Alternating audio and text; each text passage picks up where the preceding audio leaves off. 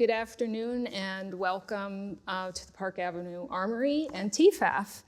And my name's Carolyn Riccardelli, and I'm a conservator at the Metropolitan Museum of Art of large-scale objects, sculpture.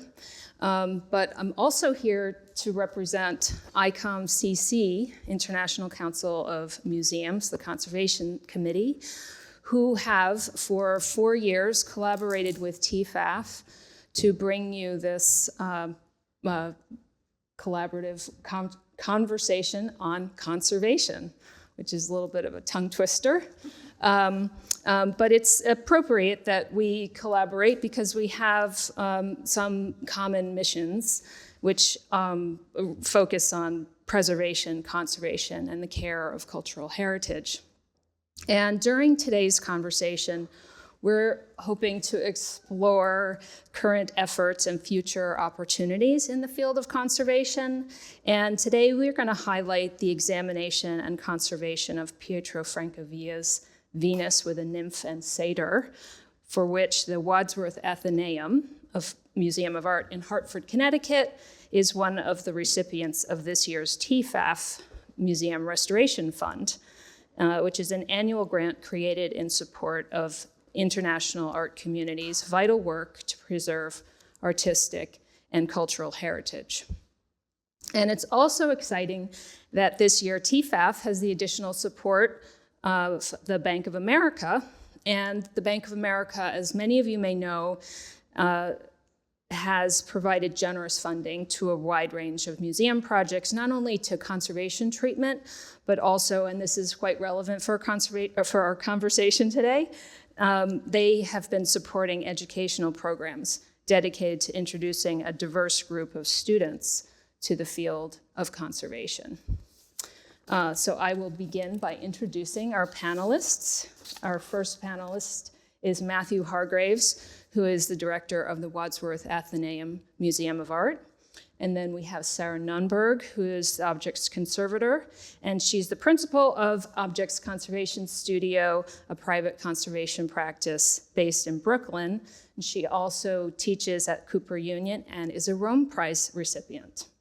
And then finally, we have Nina Owczarek, who is an assistant professor at the University of Delaware and the program director for the SIPSI program, which we'll talk about today, which is the 6-week Introduction to Practical Conservation, a summer program run by the University of Delaware Department of Art Conservation, and is developed in partnership with the Alliance of HBCU Museums and Galleries with the goal of increasing diversity in conservation.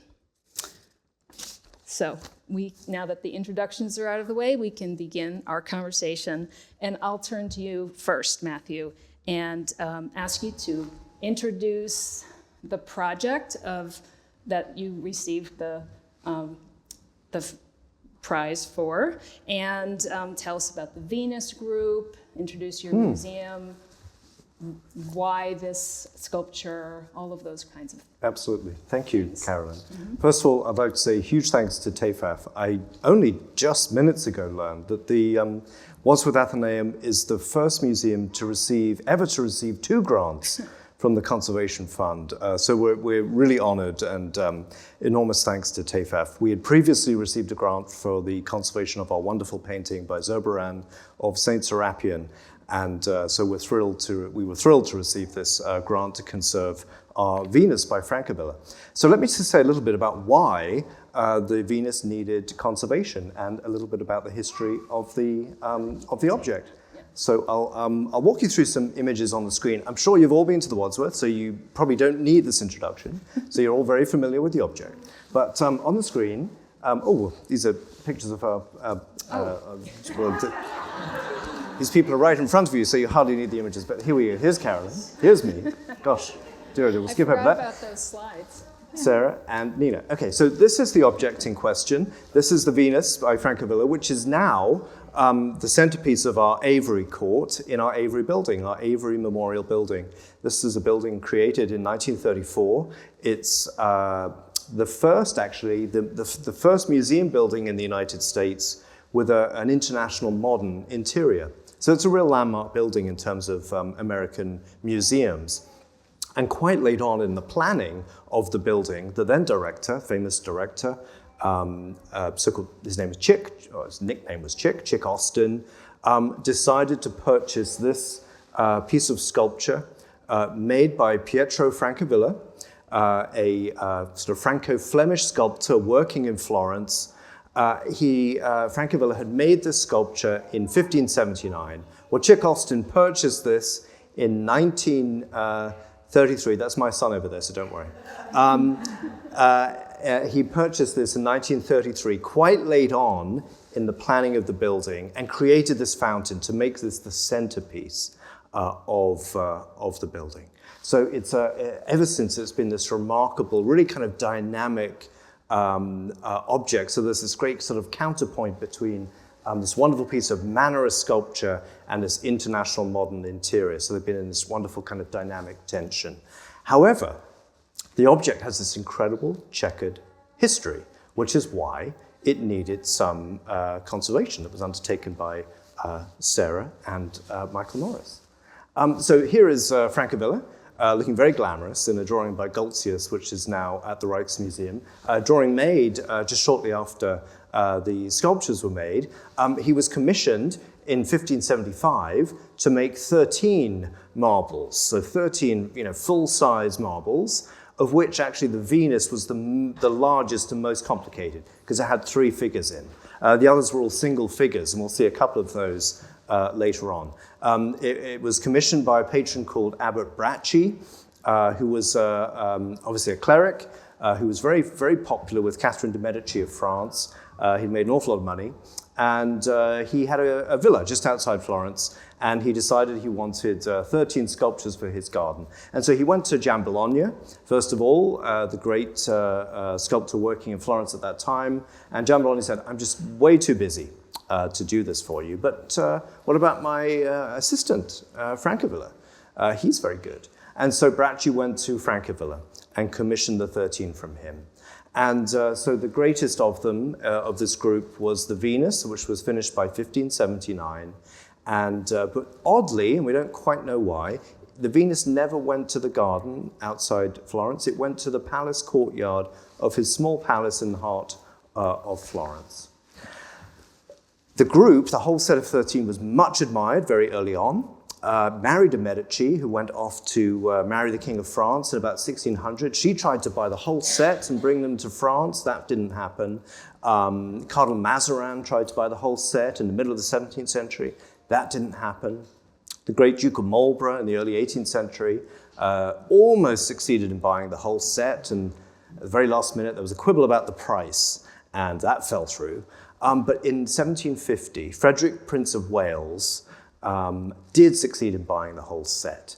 And the deal went through, and all the sculptures were taken off their pedestals, and they were being packed and crated for shipping to London, because Frederick was living in London. In fact, his principal residence was Kew, the Palace of Kew, a little house just outside London, which he was busy doing up. And Kew was the center of a rival court because, as you may well know, all the Hanoverian monarchs of England, they were electors of Hanover and kings of England, they all hated their sons, their eldest sons.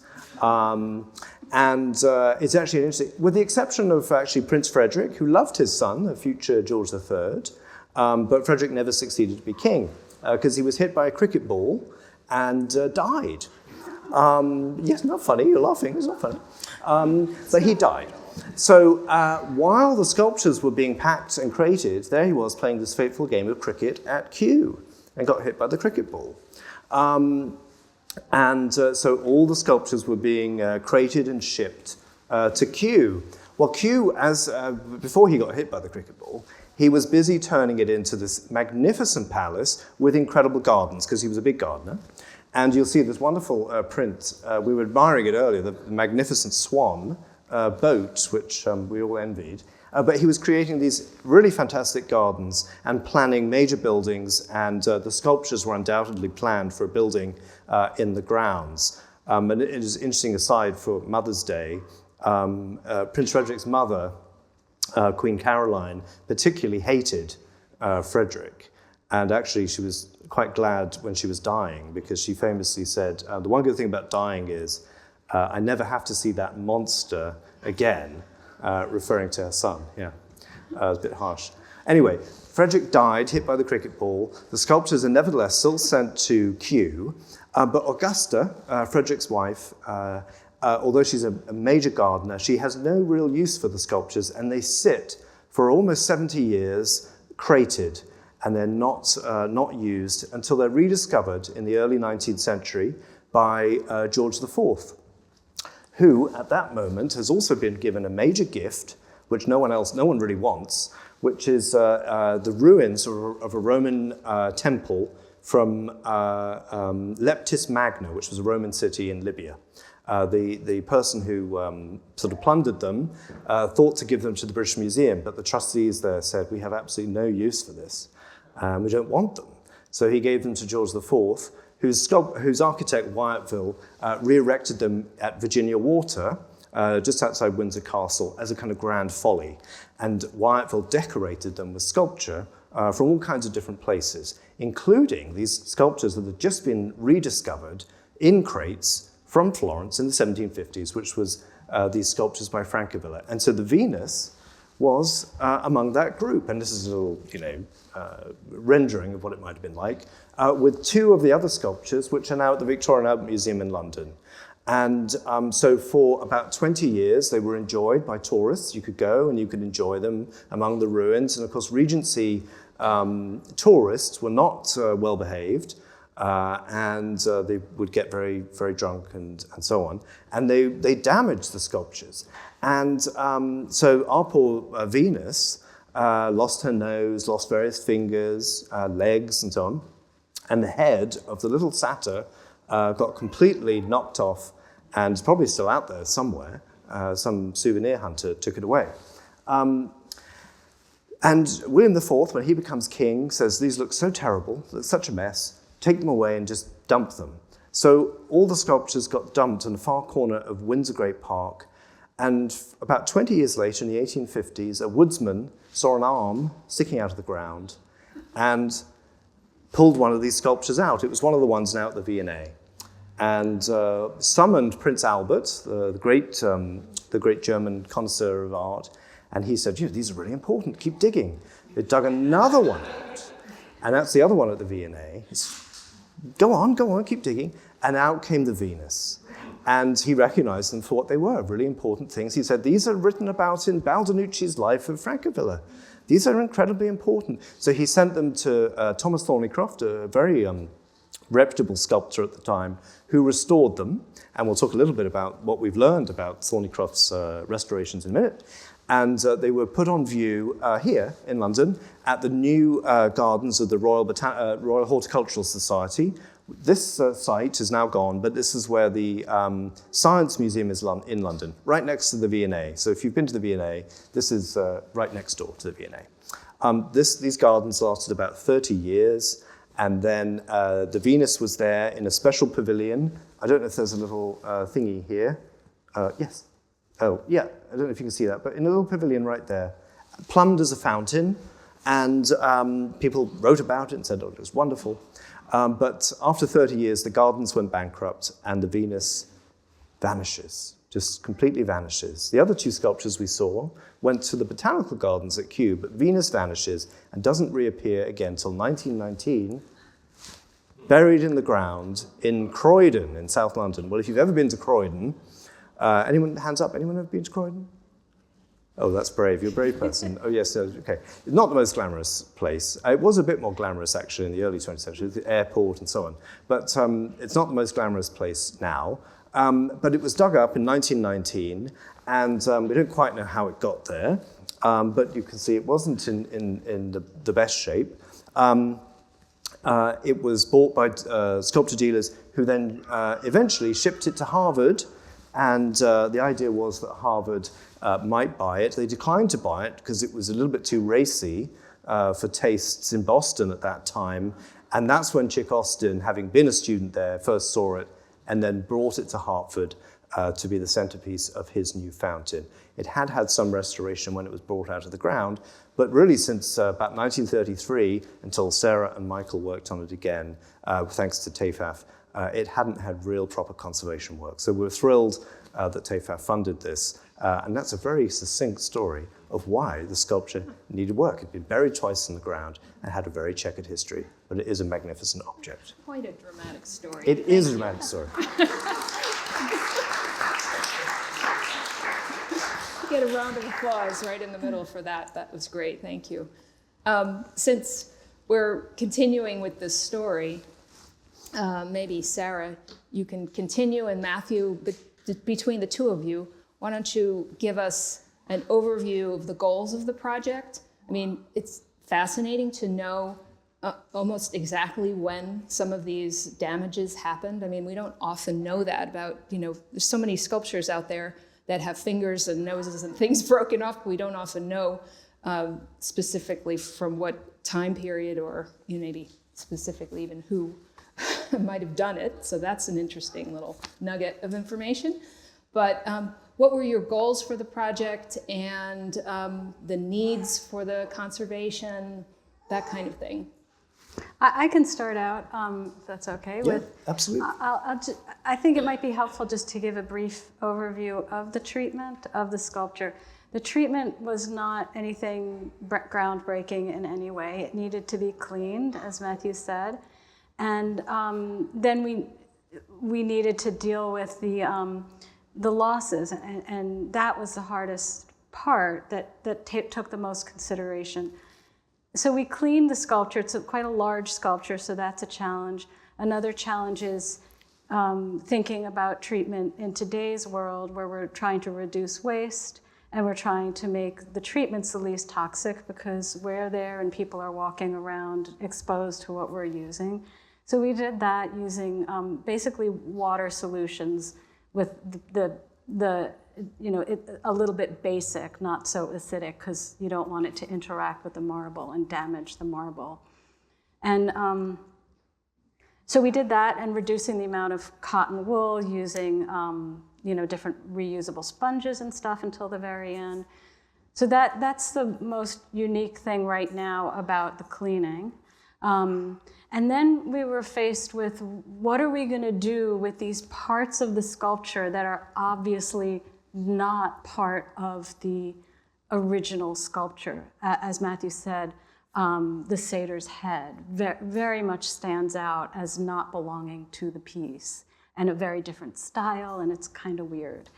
And before that, we had removed the overpaint that covered the joint, the neck joint to the body, really exposing that joint. And so now we had the decision of how are we going to marry the piece as one without overdoing it and without leaving it as a sore with this seam there. So with discussions with Matthew, we found what we hope is a middle ground, and if you all go see it, you can look at it and look at the joint in the satyr's neck, where you can hopefully see it, but it doesn't stand out. So that was the goal, is not to make things disappear by painting it and matching it exactly, which of course we can do, but leave it slightly visible, but not a sore thing. So that was one aspect of this treatment, was how far do we go within painting.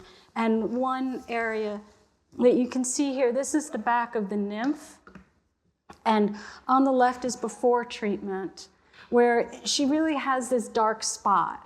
So when you look at the piece from the back, your eye goes right there. So that's one area of in painting. Well, first you try and remove it, and the middle two slides are us using poultices to try and reduce it, but it's so deep that if we were actually to remove it, we would have damaged the stone. So the next step is, okay, we'll leave it there, but we'll tone it out. We'll paint it out.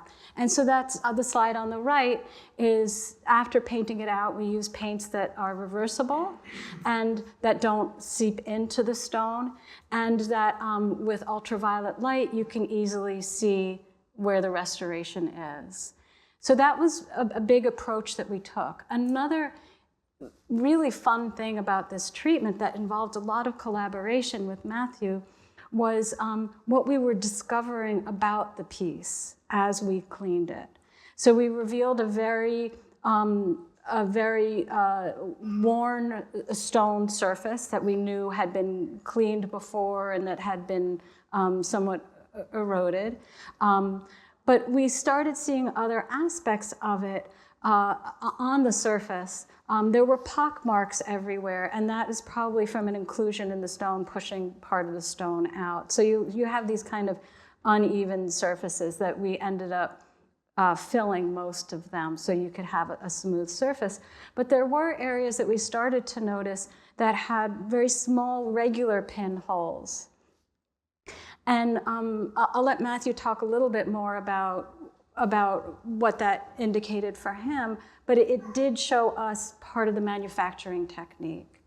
Yeah, so Matthew, maybe if you want to jump in. Well, it was very helpful for the first time really being able to look very closely at the marble, not being surrounded by, a pool and a basin of water and so on, and looking at it sort of forensically with Sarah and with Michael. But all those tiny little holes in certain parts helped us realize, this part is actually 19th century, or it's a 19th century either recutting of the original marble, or it's a 19th century piece of marble that indicates it's probably a restoration by Thomas Thornycroft.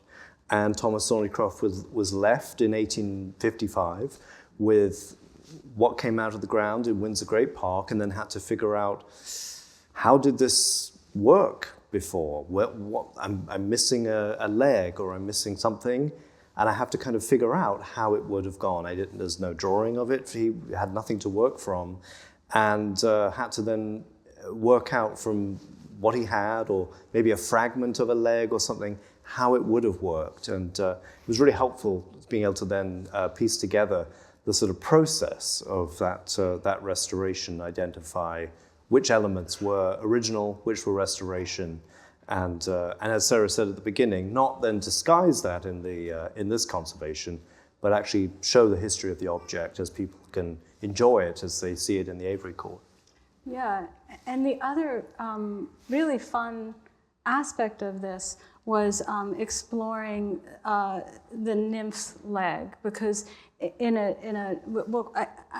we'll come to the photos of it, but the nymph's leg right now goes like this, right? Something like this. It's sort of tucked actually under.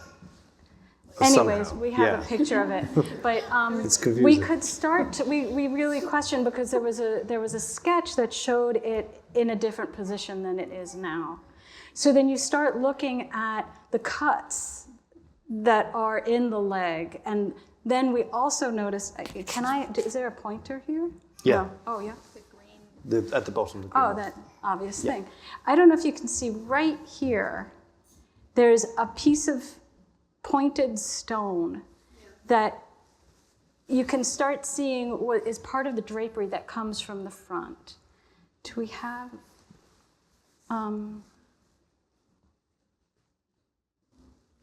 sorry, I didn't look at these closely. Yeah, so you can start see here, there's this drapery, and you can see the leg is going, this leg is the one in question, and how the foot comes down here. And in this this historical drawing, this leg comes across here. So once you start knowing that, you can see that this piece of fabric is cemented on. And then it continues to the back with this awkward, just shove in the hole thing. So we could start seeing, wow, if we wanted to go farther with this, we could take this out and reconstruct it properly.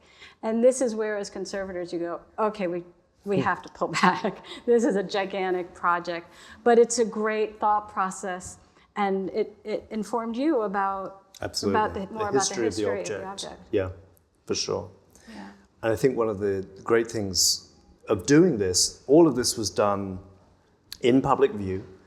the sculpture was lifted off its pedestal brought to ground level, but it wasn't taken away. It wasn't brought away to, that just shows that the rigging, it wasn't taken to an off-site location, because I think so much of the work of conservation often happens behind closed doors and doesn't get seen. And now sometimes that's obviously very necessary because of solvents and other things that need to get used. But as a consequence, people don't understand some of the processes of conservation. They don't get to understand the opportunities that might present themselves in conservation and careers in conservation. What we've been trying to do more often at the Wadsworth Atheneum is do more public conservation projects, whether for sculpture or for painting. So we were delighted that this whole project was done in public view over the course of several months. This was not a quick project. And as Sarah talked about, the processes and treatments were designed to be environmentally friendly and human friendly in that sense, so that there was nothing that could not be done with the public in mind, so that everyone could see exactly what we were doing, and there was sort of openness about what was being done, so that we weren't hiding what was happening, but also that more people could see the process and the practice of conservation, and that the idea of, as we can begin to change the field of conservation because people can understand and be exposed to the profession in that sense. Did you have any special interactions with some of these school children who were like, I didn't even know this was a thing? I mean, that's usually what happens when you bring conservation out into public view, is it exposes, as you're saying, exposes people to a combination of art and science and hands-on work and art history, and in a way that people, especially a teenager, might not be aware even exists. So I'm sure you had interactions with students. Were they asking questions? Yeah, of course they were. I mean, they come through and they say, what are you doing? And the teacher's always saying, don't bother them, don't bother them. And you say, yeah, we can talk, what are you interested in? And they say, wow, that's really cool. So it's always quick because the teachers want to walk them through, they have their agenda. But yeah, definitely, big groups of school students always came through all the time. And I think that's what's so nice about this project to talk today, and it combines all of these concepts that we want to cover today about exposing a diverse range of people to our field. And that ties in really well with the project that Nina's doing. Why don't you tell us about the program at University of Delaware? That's actually a perfect segue to talk about education in general. And I will say that as a professor at the University of Delaware, I teach undergraduates and occasionally interact with the graduate students as well, but they're my target audience. And I've asked them, how did you hear about conservation? And a large number of them find out about conservation through things like open projects, things that are happening in public galleries or open conservation studios. There's a couple museums that have them, or even through videos on YouTube. That's how they find out about us. And then when they start digging in a little bit deeper, they start to get interested. But there's something that we're talking here about diversifying the field. It's important to understand that in the US, conservation has a very, the professionals who perform conservation have a particular demographic profile. And it's not representative of the country or of the materials broadly that we're working on. And so when I'm listening to this conversation between Matthew and Sarah, one of the things that strikes me is this decision-making that they're going through. They're having this conversation about how do we take the next step, what's appropriate, what's not. And it also ties back to why are we doing this work? Objects are important because they're important to people. And so if objects are important to people, then we should also care about people in doing the work that we do. So who are the people making these decisions? And all of that comes back to the fact that we have this very particular profile of conservator Our demographic data shows us that it's largely white, largely female, and generally with means in order to get through the education process. And so that's not giving us a full perspective of the culture that we live in and the materials that we're working on. And one of the great things about Bank of America is that they are also funding education programs like the one that I'm working on. My program starts actually just after Memorial Day. Our students are arriving on Tuesday, and then we start the program on Wednesday at the end of this month. And that's the 6-week introduction to practical conservation. And so you can see here, it's a cohort of 10. Thanks to the Bank of America funding, we've been able to expand it. We had a shorter program earlier of 2 weeks, and then we had a pilot program of this longer version that was only 4 students. So now we can have 10 students for 6 weeks. And that's a huge gain for us. And these are students who've heard about conservation. Maybe they're working at their local university's gallery or museum if they have one. That's why this partnership with the Alliance of HBC Museums and Galleries is so valuable, because there's a lot of value in it. But one of the things that they do is identify how do we find the students who are actually interested in conservation. And this program introduces them to what the field is, what it can do, how they can see themselves in it, and then decide whether they want to continue in conservation or not. And if they do, that's great. And if they don't, that's great too. They're the people who are going on to do curatorial work. They're the ones who are going on to do collections management work. They're the ones who are doing education, other museum-related fields outside of conservation, who then become our allies. And even if they go off, we had one student a few years ago, she's working in the food industry now. But you know what? Maybe she'll be one of our donors in the future, right? So like having access and knowledge and information out there to let people know what are we doing behind the scenes, how are we doing it, how do you get to be that person if you're so inclined and interested. So let's see. Do I just push play? It's the big green. Yeah. So our program, it's, our students, they walk away, they love the practical aspects, getting their hands actually on materials. This is an example of learning how to do print identification and paper mending. They are working on paintings, they're doing infilling and in-painting. They're learning about the interventive work that we do on a regular basis. That first image, I'm not going to go back, was about preventive care. They're learning about how to protect materials so that they don't need a conservator. That's also really important. And also dovetailing it with the scientific aspect of what we do, the research that goes into the decision making that helps understand how do we move forward in the work that we're doing. Okay, so that's the end of the slides. And I feel like I could go on any one of those threads deeper, but Yeah. yeah. Well, maybe we'll put a pin in that and go back to the object, since I feel like we still have some time.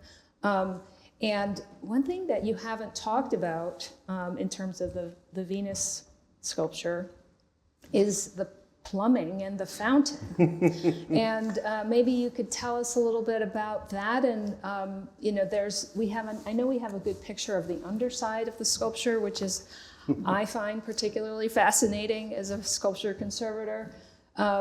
But so as I understand it, one of the main objectives for this conservation treatment was to improve the plumbing so that you could restore it as a fountain, correct? That's right. When I first visited the Wadsworth Atheneum in the late 90s, I think it was, one of my takeaway memories was the sound of the Avery courtyard, because before you even got into the space, there was this wonderful sound of trickling water. And when I returned a number of years later, when I was living in this country, that sound had gone because the plumbing had failed.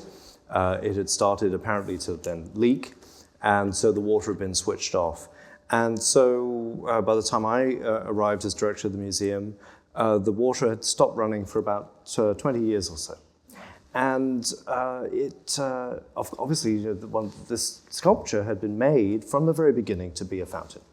There was no question that it had been made between 1575 and 79 to be a fountain sculpture. And so it had stopped to have its original function, the two dolphins. It was always intended to project water. And the very courtyard from 1934 was supposed to be animated by sound. It was sort of a modernist version of the Gardner Museum courtyard, that sort of Venetian courtyard, but a kind of modernist take on that. And so it lost a key element. The plumbing was incredibly complicated in terms of repairing it. We'll talk a little bit in a moment about the actual marble side of things, but that was a long, protracted process of fixing and getting to the end of all the different issues from the 1930s plumbing. But it did obviously require lifting the whole sculpture, which was then the opportunity to really conserve the object in its entirety. But we did discover an awful lot of interesting things about the marble, including really having the opportunity for the first time in many decades to look at the underside. And here is a wonderful photograph which has the original AB inscription underneath, which is almost certainly when the blocks of marble were in the quarry in the 1570s, the AB for Antonio Bracci, the original patron. And so the marble blocks would have been carved to designate those for him.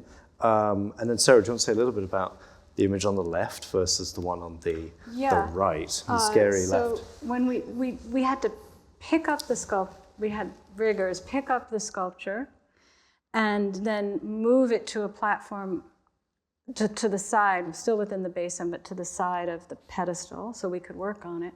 And when we picked it up, we saw this bottom which had a mixture of slate and plaster and then wood, some burned wood, that they obviously put underneath to kind of shimmy the sculpture in one way or another. And we removed all of it. It kind of fell off. We kept some of it, and we found embedded in it pennies. And those pennies were quite eroded and had some corrosion product on them. And then we also noted this kind of crystalline efflorescence area around the perimeter. So the erosion of the pennies that were stuck to the bottom side and this perimeter indicated that the piece had been cleaned with acid. So that tells us a little bit more about the history. We can see the surface and say, oh, this has been really cleaned, but now we know more about the process. So we saved those, and then once we put it back down, we had all these shims removed, and we had this whole plan for how we were gonna support it, but we put it back down. It was stable, so the shims weren't needed to move it. And then we noticed the tilt of the sculpture went slightly forward, which was much more accurate, and Matthew can talk more about that art historically. I don't know if we have a picture. So there was a nice little side view. Oh, yes, there was a nice side view. But when they put all the shimming on in the 1930s, as Sarah said, it actually leaned the sculpture backwards a little bit. So we removed all that now. As Sarah said, it sits perfectly stably. But she has this wonderful, just slightly forward lean sort of projection, because the kind of conceit of the sculpture is she's riding these two dolphins with the satyr trying to sort of unveil her, and the nymph on the other side holding up her drape. And you'll see in the image here that the water sprays out of the mouths or the beaks of the dolphins and the nostrils as well. And previously, probably in the 19th century by Thornycroft, the beaks had been sliced to make it easier to access the plumbing. They had been sort of waxed back on in the 1930s, and they were very unsightly. And now those have been, all the plumbing has been restored. The water projects beautifully from 6 different places. And Michael and Sarah have restored those joints so they appear beautifully seamless. And now that water again trickles beautifully down the pedestal into the basin. And once again, that courtyard echoes to that wonderful sound of, and that sense of Venus riding the dolphins through the courtyard is restored. It's a fascinating treatment, and I think, Sarah, you imply in the beginning that there was nothing very complicated or earth-shattering about it, but even the simplest conservation treatment is an examination of a sculpture, and it's almost always revealing something interesting, and it connects to the archival background that you already knew, and the plumbing story I find kind of fascinating, and the restoration of the position of the sculpture I think is so important. But just a large sculpture like this, working out in an open area and the access to the public, and I like to think that maybe someday somebody will have seen this sculpture and will know about conservation and will go to a program like yours, Nina, and will, become an advocate or become a conservator. I just think there's such a nice continuum here. So thank you all so much. I think we have to wrap it up now. But thank you all so much for your words. And one more time, thank you so much, the TEFAF Restoration Fund, for supporting this really important project at the Wadsworth Atheneum Museum of Art, and for giving us the opportunity to bring this kind of work to all of you. And just keeping it in mind, conservation is always in need of funding, and it's always interesting, no matter what we're doing, even if it's a relatively straightforward project. So thank you again to our panelists and to the audience today.